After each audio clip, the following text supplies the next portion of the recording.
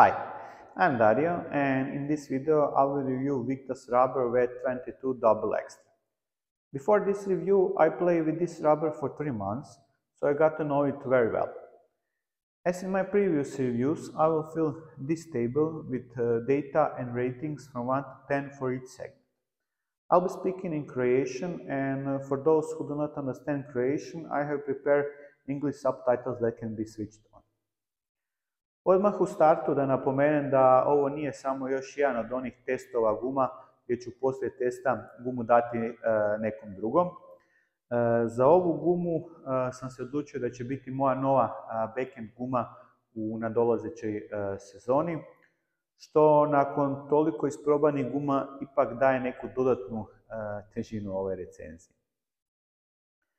Victus je japanska firma koja se do 2017. godine bavila proizvodnjom stolnotenisske opreme pod drugim imenom i nisu bili nešto posebno poznati širom svijeta, ali od 2017. i promjena imena su sve podigli na novi nivo. Isto tako, 2021. godine su sebi pripojili svima dobro poznati TSP brand. Puno vrhunskih igrača igra s njihovom opremom, a i neke od najboljih reprezentacija svijeta. Trenutno Japan i Francuska koriste njihovu opremu. Ovdje na testu imam W22 Double Extra, max debljine spužve u plavoj boji. Guma ima 106 grama s pakiranjem, neizrezana guma je 70 grama, a 52 grama ima guma rezana za Butterfly Fans & Dong ALC s 3 sloja ljepila, jednim na drvu i 2 na gumu. 2 mjeseca sam prvo igrao s njom na Fans & Dong ALC-u, a sad zadnjih mjesec dana se guma nalazi na drvu Jola Chouchi Hao 90 i svi isjeci iz ovog videa su zapravo s Jola Chouchi Hao 90. Victus je malo čudno deklarirao tvrdoću spužve, 50 stupnjeva s odstupanjem od plus minus 3 stupnja, to je dosta velika razlika, jer ako dobijete gumu s 47 ili 53 stupnjeva, tvrdom spužvom je ogromna razlika i to ne mogu biti ni blizu iste gume. No za ovu gumu koju imam ovdje sa mjerenjem sa Shore durometrom izmjerio točno 50 stupnjeva. Kao i uvijek krenimo prvo od servisa. Iako sam gumu primarno koristio na backendu, s kojim ne serviram baš često, probat ću sad na nekoliko forehand servis s njom, što možete vidjeti u ovom isječku. Relativno lako se postiže dosta rotacije kod servisa, što je najveća prednost. I dalje preferiram kineski tip gume za servis ili barem hibridnu gumu, ali i s ovom gumom sam u mečevima dobio dosta lakih poena na servisu s backendom s kojim rijetko serviram.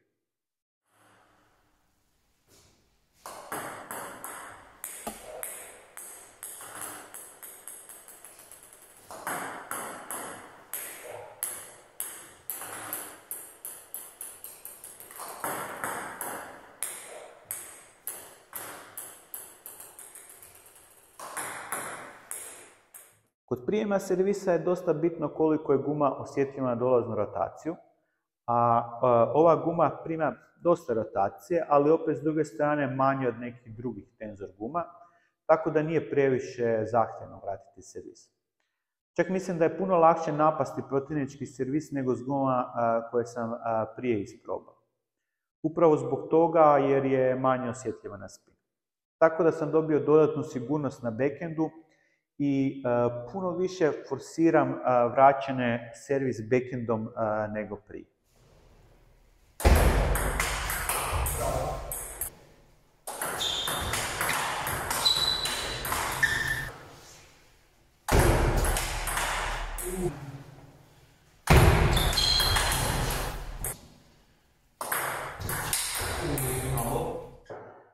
Za kratku igru nije baš najbolja, pogotovo u početku kad si naviknut na kinesku ili hibridne gume i onda kad pređeš na tenzor gumu vidiš koliko je razlika u ovom segmentu. No opet nije kao neke druge tenzor gume s kojima je kratka igra stvarno jako loša.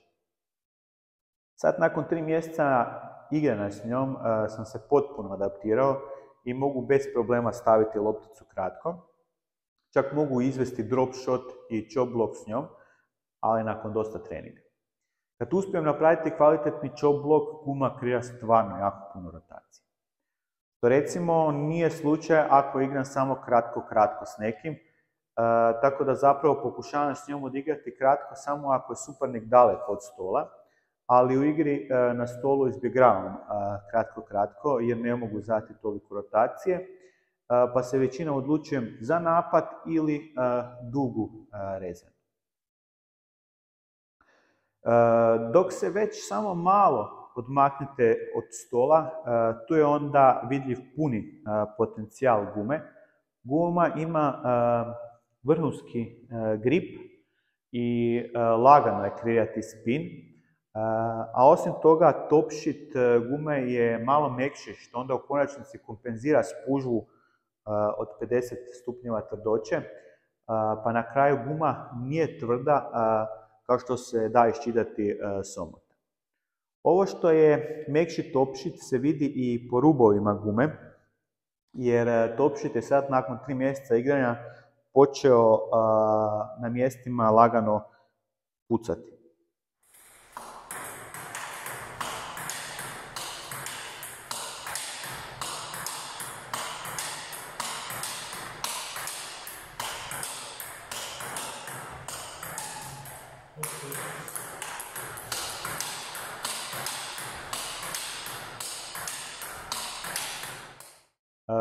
Što se tiče količine spina, ona je dosta velika, ne maksimalna i ima guma koje mogu proizvesti više spina, ali kad se u omjer stavi lakoća kreiranja i količina spina, onda je to možda jedna od najboljih guma koje sam probao u tom segmentu. Znači, nešto slično kao svima poznati Tenergy 0.5, ali s boljim nekim drugim karakteristikama od Tenergy 0.5. Nije toliko bouncy, odnosno ima efekt trampolina, ali ne toliko jako izražen, te je više linearno.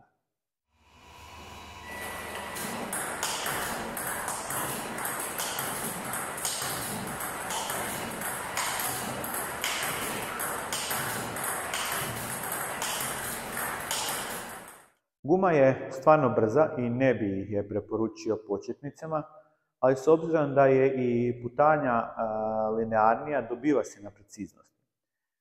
Treba biti u treningu za punu kontrolu gume, ali ne stvara prevelike probleme. Backhand flip nije problem izvesti, jer guma daje dobar osjećaj za flip i to što je manje osjetljiva na rotaciju daje kod ovog udarca dodatnu sigurnost. Kod podizanja backspina također pomaže što je top sheet mekši i nije problem vratiti takvu lopticu. U sljedećem isječku robot izbacuje po 2 jako rezane loptice, jedna kraća, druga duža, pa možete vidjeti o čemu govorim.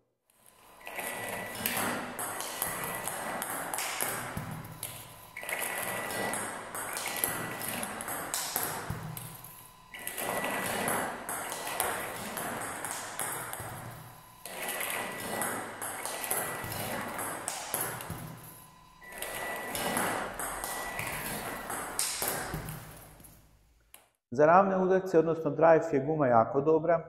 Isto tako i kod bloka. Kontrola kod aktivnog i pasivnog bloka je odlična. Također i aktivni i pasivni blok imaju dobru brzinu, a loptica ide nisko i pada na kraj stola.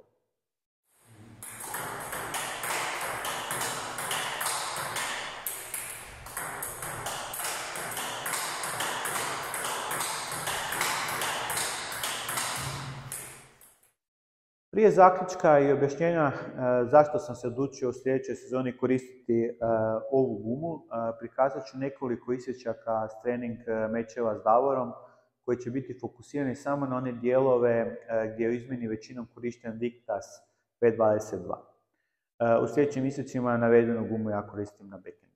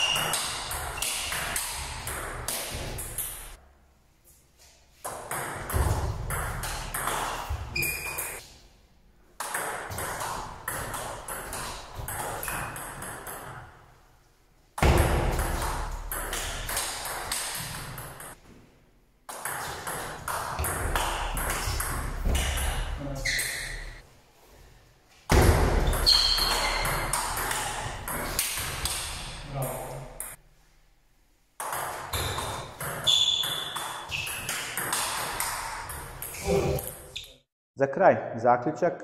Već sam tokom ovog videa, a i u prijašnjem videu kod recenzije Dignix 80 gume, napomenuo da ću za sljedeću sezonu zamijeniti backend gumu. Do sad sam igrao s Dignix 09C na backendu, a cijelo ovo ljeto sam dvojio da Dignix 09C zamijenim ili s Dignix 80 ili Victas V22. To su dvije dosta slične gume, ali različite u par segmenata, što ste mogli vidjeti u ove dvije recenzije. Iako smatram da je Dignix 09C bolja guma od obje ove spomenute gume, ipak nije za moj stil igre za backend. Ne znam da li da ulazim sad u cijelu polemiku oko ovog, jer bi moglo potrajati, ali ajde pokušat ću skratiti. Oni koji me prate duže vrijeme znaju da sam nedavno igrao s Viscarijom, na forehandu Dignix 09C, na backendu Tenergy 19. Kasnije sam Viscariju zamijenio sa Fazendon KLC, ali zapravo cijeli reket je bio Butterfly. Sad, ako pogledate moj reket, jedino na njemu od Butterfly je zaštitna trakica i ljepilo s kojim je zalijepljena jedna guma, dok je čak i druga guma lijepljena s drugim ljepilom. Još uvijek mislim da je Dignix 09C stvarno jedna od najboljih guma na tržištu, ali to nažalost nije ista guma koja je bila i prilikom izlaska što se tiče trajnosti. S obzirom da sam s tom gumom igrao 3,5 godine od njenog izlaska 1. travnja 2020. skroz do sad, kupio sam ih u tom periodu oko 15 komada. U jednom trenutku su se gume počele značajno brže trošiti nego do tada. Mislio sam, ajde, to je možda neka lošija serija, pa sam naručio ponovno. Ali kako su se u periodu od godinu dana s nekoliko guma dogodile iste stvari, odustao sam. Jer meni je nakon 3 tjedna bilo gotovo nemoguće igrati s gumom. Ona bi se potrošila samo na jednom mjestu, tu na gornjem dijelu gdje povlačim spin i ok, znam da onda moram malo više povući, ali problem nastane kad loptica padne centimetar ispod na područje gdje je guma kao nova. Taka loptica bi onda završila daleko u ogradi iza stola. Tako da mi nije bilo prihvatljivo svaki mjesec dati 80 € za novu gumu. Onda sam nakon toga prešao na Hurricane 3, s kojim sam i nekad prije igrao, a Dignix 09C prebacio na backend, gdje se nije toliko trošio zbog drugačijeg stila igre. Na kraju sam došao do zaključka da Dignix 09C ipak nije za moj backend. Trebala mi je guma s kojom se lakše kreira spin i koja daje brzinu sama, bez da moraš upotrijebiti puno snage u svakom udarcu. Također trebala je biti dobra u bloku, aktivnom i pasivnom, a uz brzinu da ima i kontrolu, odnosno preciznost s udarcima, te da luk nije previsok. A s druge strane nisam htio da je guma previše bouncy. Osim svega navedenog, s ovom gumom sam dobio dobar balans između spina i brzine, te dobar omjer količine generiranog spina s uloženom snagom u udarac. V22 sam isprobao na Butterfly Fanzendong KLC drvu i na Jola Chouchi-Hao 90. Ta dva drva su dosta slična po strukturi, razlika je u karbonu i na oba drva se guma super ponašala. Ne znam kakva bi bila na nekom mekšem drvu ili inner karbonskom drvu, ali ova kombinacija Chouchi-Hao 90 i V22 mi je odlična.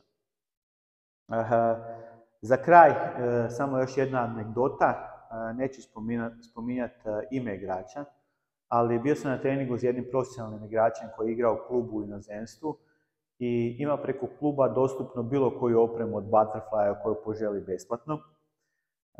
Nakon što je isprobao ovaj moj reket, oduševio se s drvom i Victas V22 i to se oduševio do te mjere je odlučio svojim novcima kupiti ovo Jola drvo i Victas V22. Tako da sad igra s V22 na forehandu i backhandu.